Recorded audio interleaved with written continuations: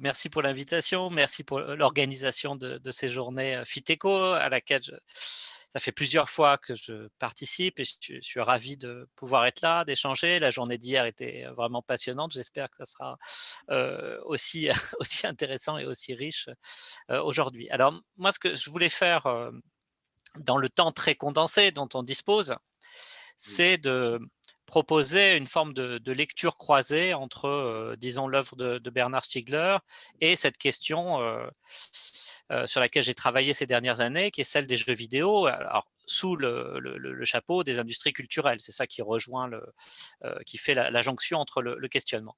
Alors, quand on fait ce genre de travail, on vise une forme de croisement. Et dans le croisement, on attend traditionnellement deux choses. C'est-à-dire, on peut attendre d'une part que les cadres théoriques qui sont ceux de l'œuvre de Bernard Stiegler puissent apporter un regard nouveau sur l'objet, en l'occurrence les jeux vidéo. Donc, qu'est-ce que ça fait que de regarder les jeux vidéo du point de vue de l'œuvre de Bernard Stiegler? Alors, en l'occurrence, j'ai relu Technique et Temps 2 et 3 hein, pour ce topo.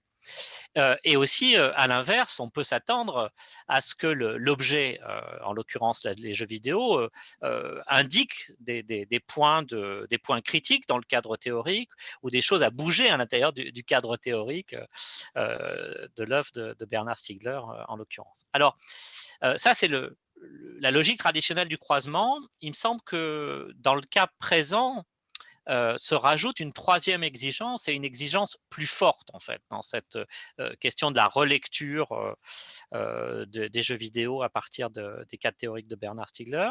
Une exigence plus forte parce qu'on doit prendre en compte la question dont on parle depuis hier, c'est-à-dire la question de la constitutivité technique de la subjectivité, de l'expérience humaine, des collectifs, etc. etc. Donc c'est la question, si je devais résumer tout ça en une seule question, je dirais s'il y a un cinéma de la conscience, comme il est dit dans Technique et Temps, est-ce qu'il y a un jeu vidéo de la conscience, c'est-à-dire quelle place est-ce qu'on peut faire, cette fois-ci au niveau transcendantal, comme disait Vincent Bonbois hier, à ce type de technique, à ce type d'industrie culturelle que sont les jeux vidéo, quel rôle ça peut jouer dans la construction de la subjectivité contemporaine. Donc ça, c'est une question plus forte que la question du croisement. Alors à chaque fois, j'ai essayé de mettre des références vers d'autres articles. Ici, j'indique un article de Michael Crevoisier qui tentait une stratégie similaire, c'est-à-dire de dire on ne doit pas simplement considérer ces effets de croisement ou de frottement entre cadre théorique et jeux vidéo, mais poser la question de la dimension, alors disons transcendantale ou de conditions de possibilité de ce registre technique sur l'expérience, sur la subjectivité, sur la subjectivation. Alors, point suivant, une fois que j'ai dit ça, vous devez vous devez vous dire bon, bah, il va pas y avoir grand chose à croiser parce que des jeux vidéo, eh bien Bernard Stiegler, il n'en parle pas ou peu ou très peu, en moins dans la technique et le temps. J'ai relevé trois mentions de la réalité virtuelle dans Technique et temps 2. Il y a une mention directe, à ma connaissance, c'est la seule des jeux vidéo dans Technique et temps 3, et qui est complètement incidente, qui est à propos de la controverse autour du virtuel et du fait que les jeunes perdent tout contact avec la réalité ou perdraient tout contact avec la réalité, avec les jeux vidéo.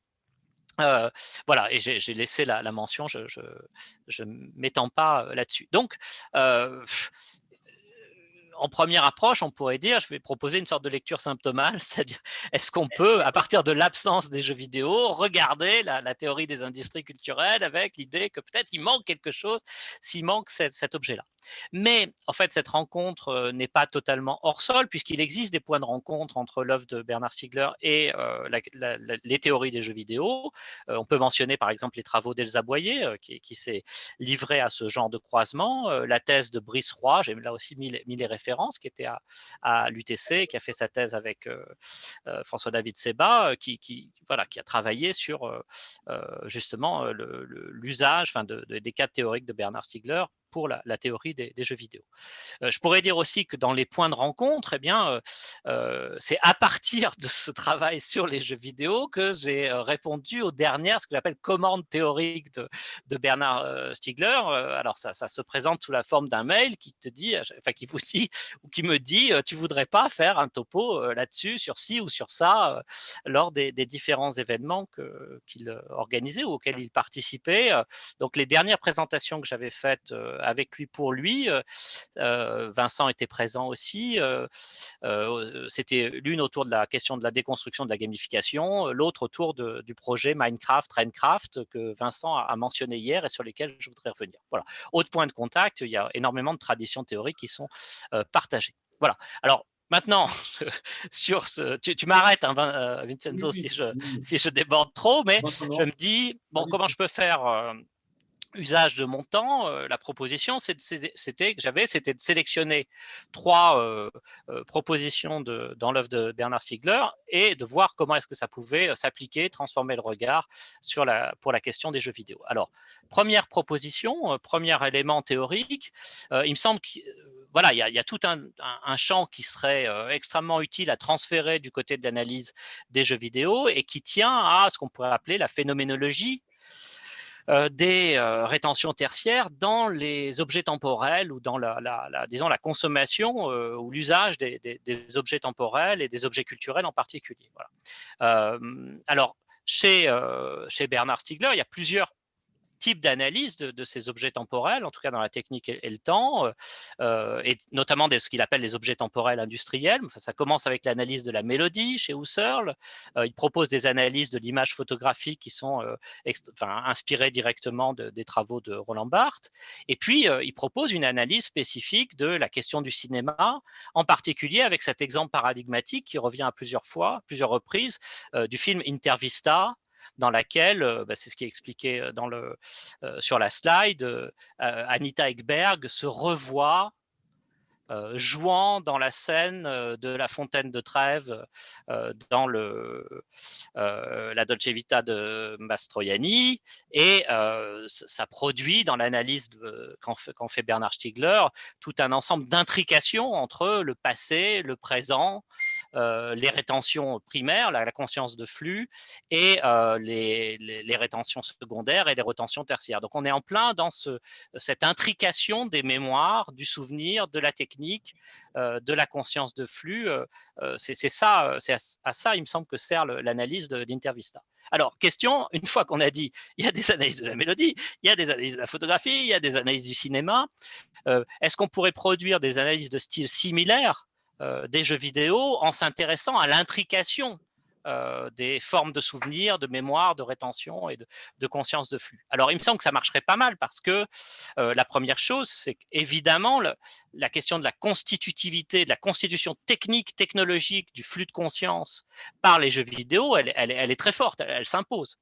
Et elle s'impose parce que dans l'usage, la consommation des jeux vidéo, évidemment, l'ensemble de mes activités de conscience est dirigé par la machine. Donc, on a une forme de machination de la conscience qui est très particulière et dans laquelle la dimension technologique est flagrante et frappante et impossible à éliminer et à désintriquer de l'ensemble des autres opérations, que ce soit celle du souvenir symbolique ou du flux d'attention. Et là, il me semble qu'il y aurait beaucoup de choses à aller chercher, à aller regarder. En particulier, moi, c'est des travaux que j'avais faits autour de la question de la transe. Et en allant chercher du côté de l'ethnomusicologie, des descriptions de la transe, de qu'est-ce qui se passe comme ça quand mon flux de conscience est machiné, est pris dans des rythmes qui sont des rythmes étrangers et imposés, alors soit par la musique, soit par la machine. Je mets quelques références. Ça serait le point commun. Donc, ça serait Intervista puissance au carré, quoi, du point de vue des intrications, si vous voulez, entre souvenir, machine et conscience de flux, mais néanmoins avec des variantes. On peut penser par analogie quand on fait ça. Donc, manifestement, la question du passé, la question du ça a été de Barthes, la question du fait que dans l'image photographique et dans l'image filmique, on a à voir comme présent quelque chose qui est irrémédiablement passé, voilà, et avec tous les paradoxes que ça entraîne, ça n'y est pas, ça, en jeu vidéo. Et on a affaire à un régime d'image qui est complètement différent, mais qui n'en a pas moins à voir, moi c'est ce que je dirais comme ça très brièvement, dans un truc de survol, avec la question de la mort, mais ce n'est pas la même mort. C'est pas le passé irrémédiablement passé de la photographie rendu présent là tout de suite. C'est un régime d'image qui vient de la logistique, qui vient des machines de guerre, qui vient des dispositifs de contrôle de l'espace aérien. Enfin, il faudrait penser cette intrication là. Vous voyez qu'elle n'est pas sur le même registre. L'image de jeu vidéo, ok, c'est pas l'image photographique, et il faudrait penser d'autres intrications. Autre élément dans ce montage différent, j'ai l'impression que, par exemple, dans la question des jeux vidéo, la question de l'anticipation est fondamentale avec le dispositif. Donc, on est plus du côté de la protention que du côté de la rétention. Et là, on pourrait retrouver quelque chose du côté de l'analyse de la mélodie. Chez Husserl, le point de départ de ces analyses-là, c'est-à-dire avec quelque chose qui a à voir avec, peut-être dans le cas de l'activité de jeu vidéo, beaucoup plus avec l'improvisation musicale, aller chercher la prochaine note ou la prochaine action, mais qui se fait par la main, par le geste, plutôt que, comme dans le cinéma, c'est cette focalisation sur le ça a été. Bon, voilà. Donc, on pourrait sans doute transférer ce genre d'analyse phénoménologique, attentive à la constitutivité technologique de l'expérience esthétique. Premier élément. Deuxième, je le zappe parce que je ne pourrais pas développer. Il me semble qu'il y a, en relisant Technique étant 2, je vois réapparaître des choses qui relèvent de l'intrication entre la technique et l'esthétique, qui me semble dériver très directement d'une tradition d'anthropologie des techniques, c'est Mauss, c'est Leroi-Gourhan, et qui amène à la question des rythmes et de la considération des rythmes dans l'expérience esthétique. Bon, c'est quelque chose que je trouve particulièrement intéressant pour l'analyse de ce type d'objets sur lesquels moi j'ai développé des méthodes. Peut-être la citation, je pourrais m'arrêter sur celle-là parce qu'elle est assez jolie et elle serait assez amusante à interpréter volontairement en contresens. Alors je la lis. Comment les programmes peuvent-ils engendrer de l'indétermination, de l'improbable et de l'improgrammable, se demande ici Bernard Stiegler, et puis il embraye sur la question du rythme et de l'articulation entre rythme et mémoire. Je dis qu'on peut faire un contresens volontaire, parce qu'ici il ne parle pas du tout des programmes au sens des programmes informatiques, mais des programmes au sens de l'organisation générale des rétentions tertiaires, des mémoires externalisées, donc pas du tout du programme informatique, mais ça serait un bon positionnement, il me semble, pour la question des jeux vidéo. Est-ce que dans le programme informatique, est-ce que dans cette technologie si importante pour notre modernité et pour les processus de subjectivation, d'individuation psychique et collective aujourd'hui, est-ce qu'il peut y avoir de l'improgrammable, de l'improbable, ou au contraire, troisième élément, est-ce que les jeux vidéo alors les jeux vidéo sont-ils le symptôme de ce que Bernard Stiegler décrit comme une crise du double redoublement épocal. Alors, il faudrait que j'explique un peu ça. Qu'est-ce que c'est que cette histoire de double redoublement épocal? Mais peut-être qu'on va y revenir dans la discussion autour des industries culturelles. Dans les textes de Bernard, il peut y avoir, comment dire, il y a une place pour un sentiment parfois apocalyptique.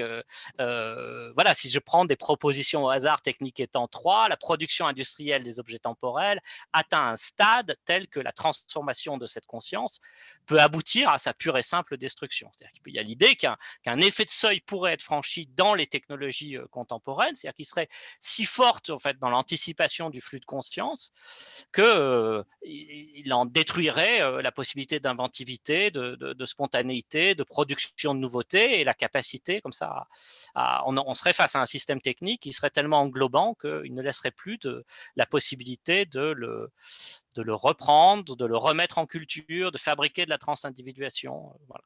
Donc, c'est une espèce de risque comme ça qui serait celui de notre condition présente. Question, si je décris comme ça ce tableau apocalyptique, puis j'essaie de le faire vite, donc je le fais très mal, mais c'est pas grave.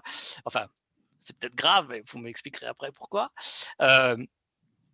Les jeux vidéo sont où là-dedans? Est-ce que c'est pas typiquement, après tout, c'est un mauvais objet dans les phénomènes sociaux, est-ce que c'est pas un de ces objets qui participent de cette crise du redoublement épocal, de la crise de la transindividuation, de la crise de la subjectivation contemporaine avec les effets des écrans, etc., etc. Or, il semble que c'est ici que finalement, dans la réflexion de Bernard Stiegler sur ces questions et ces questions des industries culturelles, l'absence des jeux vidéo est la plus criante. Parce que c'est un objet il me semble, qui a une propriété totalement dialectique dans cette discussion qui met au jour les contradictions dans cette discussion sur les industries culturelles. Pourquoi? Parce que si on le prend de manière extrêmement globale, les jeux vidéo, c'est donc une forme on pourrait dire, de détournement ludique de l'objet technique, l'informatique, l'ordinateur, qui est constitutif, alors là, de l'ensemble du système technique contemporain. Donc rien que ça en fait un objet intrigant.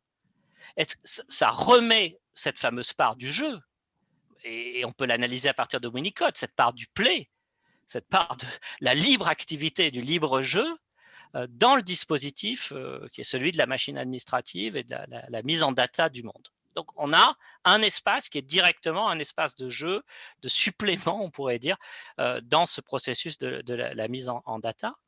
Et il me semble qu'à ce moment, à partir de ça, on peut aborder la question, eh bien, peut-être du pharmacone ou de la déprolétarisation dont on parlait hier à propos des jeux vidéo. Alors, je finirai là-dessus parce que c'est la dernière contribution. Je me retourne pour voir s'il est dans la bibliothèque, où il traîne pas loin, qui est le papier que on avait fait donc à deux avec Thomas François, qui est membre d'une association qui travaillait à Rennes pour faire de l'urbanisme contributif à partir de Minecraft. Un projet qui s'appelle Renecraft. Donc, si vous voyez Minecraft, le jeu vidéo, on reconstruit la ville dans Minecraft. Et puis, avec cette reconstruction, il y a aussi, enfin, ce qui est aussi important, c'est pas simplement qu'on reconstruit à l'identique, on réinvente des lieux, on interroge l'architecture existante, on produit des collectifs qui sont aussi des collectifs de savoir. Donc là, on était en plein dans un processus, si vous voulez, de déprolétarisation, de transindividuation, de production de savoir dans ces ateliers pour adolescents à partir de Minecraft, Renecraft. Donc voilà un moment où là, on est dans cette dimension pharmacologique du jeu vidéo.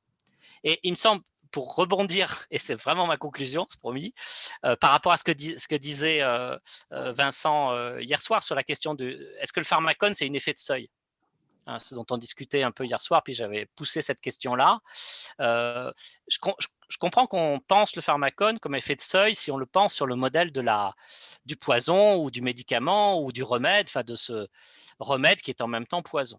Parce que la question du seuil, elle est à ce moment-là déterminante, je suppose, du point de vue du médicament. Si j'augmente le seuil, ce qui était remède devient poison. Et là, on a une variation comme ça quantitative. Mais il me semble que dans le cas de Minecraft, le problème, c'est pas de savoir si on joue beaucoup à Minecraft ou peu à Minecraft, ou modérément à Minecraft, ce qui serait bien, et puis sinon, si on y joue trop, le remède devient poison. La question, c'est l'agencement technico-social dans lequel ça s'insère. Et c'est aussi parce que le jeu lui-même est très particulier dans disons, le type de liberté ou d'improvisation ou d'espace pour le play qu'il laisse aux joueurs. Donc il faut l'agencement entre un certain dispositif technique, là, ce jeu Minecraft, une certaine production d'un collectif social pour qu'on ait ces effets que l'on recherche, ces effets pharmacologiques ici du jeu vidéo en plein cœur des industries culturelles et de la transformation numérique.